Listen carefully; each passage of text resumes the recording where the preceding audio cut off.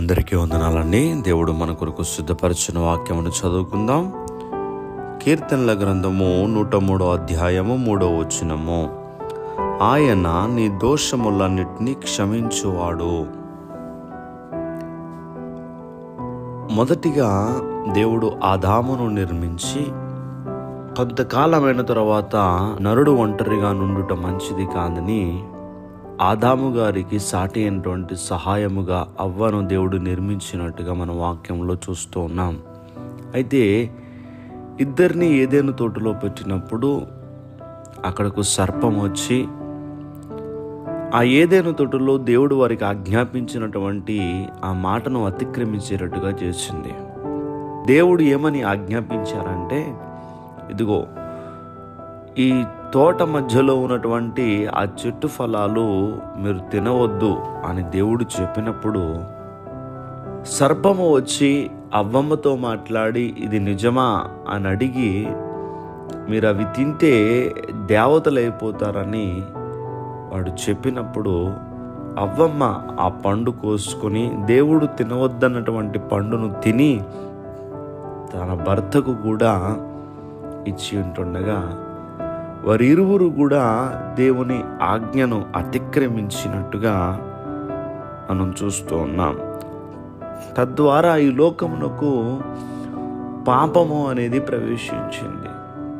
అయితే ఆదాము నుండి తర్వాత కయ్యోను, ఇలా భూమి మీద సంతానం పెరుగుతూ వస్తూ ఉంటుండగా పాపము కూడా ఈ భూమిని ఏలుతూ వస్తూ ఉంది.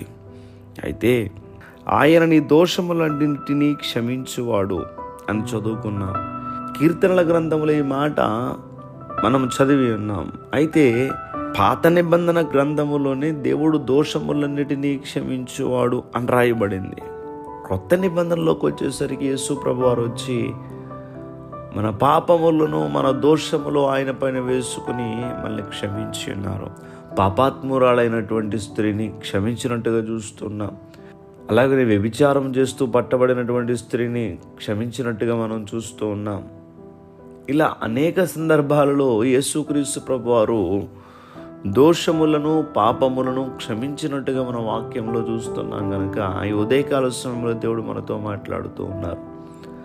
ఆదాము ద్వారా వచ్చినటువంటి పాపము, మన యొక్క అవిధేయతను బట్టి వచ్చినటువంటి దోషము, వీటన్నిటిని కూడా క్షమించగలిగిన అధికారం యేసు ప్రభువారికి ఉంది.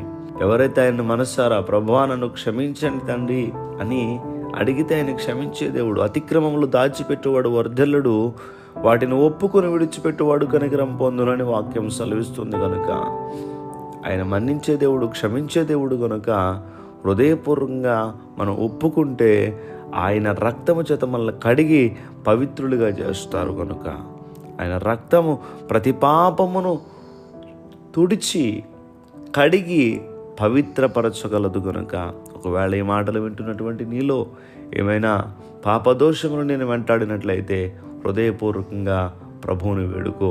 ప్రభు నిన్ను క్షమించి పవిత్రపరచగలరు. దేవుడి మాటలు దీవించునుగాక. దయచేసి ప్రార్థన చేసుకుందాం. సర్వాధికారైన దేవా, మీకు వందనములు. ఈరోజు నీ బిడ్డలు వారి పనులు ప్రారంభిస్తూ ఉండగా మీ బిడ్డల పనులకు మీరు తోడుగా ఉండి వారి అవసరములన్నింటినీ కూడా తీర్చి వారి చదువులకు, వారి వ్యాపారములకు, వారి ఉద్యోగములకు, వారి ప్రయాణములకు, విదేశాల్లో ఉన్నటువంటి బిడ్డలు వారి పనులకు మీ సహాయము దయచేసి ఈరోజంతా నీ బిడ్డలు సంతోషంగా ఉండులాగున నీ బిడ్డలు చేయి పట్టుకుని మీరు నడిపించమని యేసుక్రీస్తు వారి యొక్క నామం పేరట అడిగి వేడుకుంటూ ఉన్నాం మా పరమ తండ్రి. Amen, amen, amen.